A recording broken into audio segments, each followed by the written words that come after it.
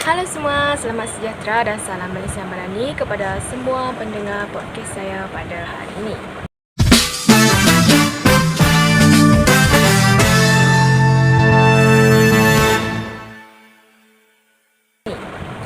Jadi, kali ini bersama saya dalam podcast pendidikan, saya akan mengajak anda semua untuk mengupas satu topik yang sangat dekat dengan diri kita dan juga keadaan kita pada masa sekarang. Bagaimana kita berbahasa, dan tajuk utama yang akan kita bincangkan ialah keterampilan berbahasa.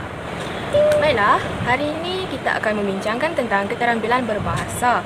Jadi sebelum saya mengajak anda semua ataupun sebelum saya membahas tentang keterampilan berbahasa ini, terlebih dahulu saya ingin menerangkan tentang keterampilan berbahasa ini sebab mungkin ada di antara pendengar podcast kali ini tidak memahami apa itu keterampilan berbahasa, dan mungkin ada yang baru pernah mendengar perkataan keterampilan berbahasa.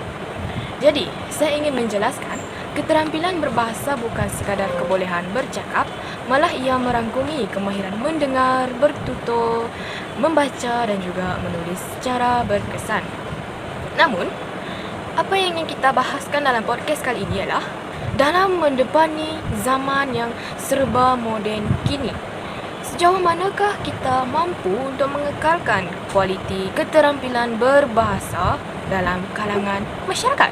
Jadi, hari ini saya ingin mengajak anda semua untuk membincangkan tentang halangan, isu dan mungkin langkah penyelesaian bagi mengekalkan tentang kualiti keterampilan berbahasa dalam diri kita dengan menggunakan keterampilan berbahasa. Baiklah, dalam realiti hari ini terdapat beberapa kekangan utama yang menggugat keterampilan berbahasa masyarakat kita. Jadi, saya ingin mengajak anda semua untuk meneliti satu persatu tentang isu dan halangan keterampilan berbahasa dalam kalangan masyarakat. Isu yang pertama, pengaruh bahasa rauja. Jadi isu ini adalah isu yang paling kritikal dalam kalangan masyarakat kini kerana pencampuran kod ataupun bahasa antara bahasa Melayu dan bahasa Inggeris dalam satu ayat telah dianggap normal oleh masyarakat. Terlebih lagi dalam kalangan remaja, pelajar-pelajar universiti IPTA dan IPTS. Jadi mereka selalu menganggap bahawa pencampuran antara bahasa Melayu dan bahasa Inggeris ini adalah satu ayat yang dianggap normal dan diremehkan. Mungkin mereka juga tidak menganggap tentang pencampuran bahasa ini adalah sesuatu yang serius. Jadi hal ini akan menyebabkan tentang keaslian ataupun penggunaan struktur ayat bahasa Melayu semakin pudar dan juga semakin mengelirukan bagi generasi pada zaman sekarang dan pada zaman yang akan datang. Okey, yang seterusnya ialah isu tentang pengaruh dialek dan bahasa ibunda.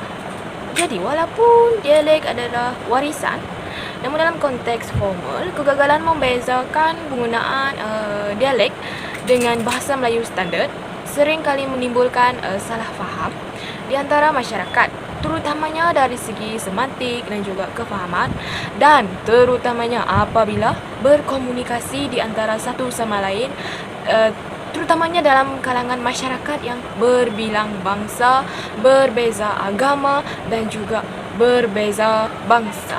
Kemudian tidak lupa juga dengan isu seperti masalah sebutan dan intonasi yang kita gunakan dalam semasa berbahasa dalam kehidupan seharian kita. Seperti keterampilan berbahasa, iaitu bertutur memerlukan sebutan yang jelas dan intonasi yang tepat mengikut konteks, seperti ketika bercakap tentang menggunakan nada suara seperti ayat tanya ataupun ayat penyata yang ingin kita sampaikan dalam komunikasi kita sesama masyarakat. Hal ini kerana sebutan yang kurang baku ataupun tidak jelas boleh menjejaskan penyampaian mesej kita kepada individu yang mendengar ataupun individu yang menerima mesej tersebut. Mungkin tidak memahami ataupun kurang penjelasan jika kita menyampaikan perkataan ataupun ayat menggunakan intonasi. Baiklah, kepada pendengar podcast, saya ingin mengajak anda semua untuk cuba kita membayangkan satu situasi pelajar yang akan membuat temu duka kerja. tengah membuat temubuat kerja, seorang calon yang mempunyai kelulusan akademik yang cermelang, contohnya dia mungkin dapat straight A dalam STM, tapi walaupun dia dapat straight A, dia gagal dan lemah dalam berkomunikasi dan mempunyai bahasa yang sangat tidak teratur, dikira tidak teratur ketika melakukan sesi temuduga. Okey, jadi saya ambil sebagai contoh situasi yang akan menerangkan tentang perkara tersebut. Contoh situasinya lah, apabila penemu duga tersebut menanya tentang visi pekerjaan kepada calon temuduga tersebut, mungkin calon tersebut akan menjawab dengan ayat seperti, I rasa saya punya version sangat clear, so saya akan work hard lah untuk company ni. Jadi mungkin dia akan menggunakan bahasa yang sedemikian untuk menjawab soalan temuduga tersebut. Jadi situasi ini, penggunaan bahasa rojak dan intonasi yang tidak yakin yang digunakan oleh pelajar tersebut seperti ini bukan sahaja menunjukkan kekurangan dari segi keterampilan berbahasa, tetapi perkara tersebut dia mencerminkan tentang tahap profesionalisme pelajar tersebut sebagai seorang pelajar yang cemerlang dan menunjukkan kekurangan keterampilan berbahasa yang rendah lah. Dan begitu juga dengan penulisan email rasmi yang dipenuhi dengan singkatan bahasa media sosial, di mana ia akan memberikan maklum balas yang negatif kepada penerima. Jadi, berdasarkan situasi dan halangan yang telah saya ceritakan dalam podcast ini, apa yang perlu kita lakukan?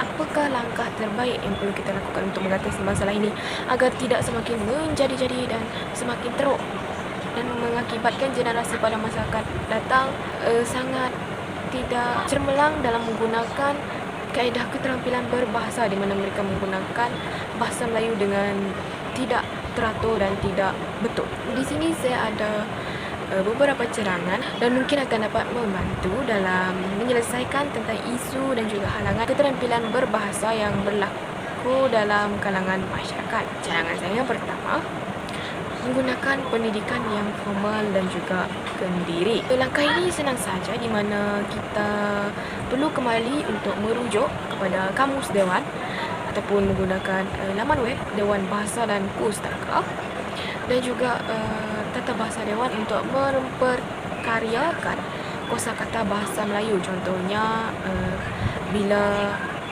ingin mengajar ataupun menggunakan sesuatu bahasa dalam bahasa Melayu, pelajar-pelajar dan masyarakat boleh merujuk Dewan Bahasa dan Pustaka sama ada secara manual, iaitu menggunakan buku, ataupun secara digital, di mana boleh menyimak perkataan-perkataan yang ingin digunakan menggunakan media sosial ataupun laman web Dewan Bahasa dan Pustaka. Kemudian peranan media massa. Media massa juga berperanan dalam menangani langkah isu keterampilan berbahasa, di mana pihak media seharusnya menjadi suri teladan kepada masyarakat dengan menggunakan bahasa yang lebih berkualiti ketika menghantar sesuatu di media sosial, terutamanya menggunakan bahasa yang betul ketika dalam setiap bahan rasmi seperti platform di Facebook, Instagram tentang apa-apa berita masyarakat, kerajaan. Jadi pihak media merupakan langkah utama bagi membantu masyarakat untuk menggunakan bahasa Melayu yang betul dalam kalangan golongan remaja yang gemar untuk menonton drama pada masa kini untuk dijadikan sebagai sumber hiburan dalam kehidupan seharian mereka. Okey, baiklah. Setelah kita membincangkan tentang isu, kemudian saya juga memberikan contoh tentang isu-isu yang saya huraikan tentang keterampilan berbahasa, dan juga saya berkongsi tentang langkah untuk membantu masyarakat kini agar penggunaan keterampilan berbahasa mereka dapat diperbaiki dan juga dapat memberikan sedikit sebanyak kesedaran kepada mereka untuk menggunakan keterampilan berbahasa dengan betul. Jadi kita sudah mencapai di akhir podcast kita pada hari ini, di mana saya akan memberikan kesimpulan keseluruhan kepada podcast yang saya sampaikan kepada semua pada hari ini.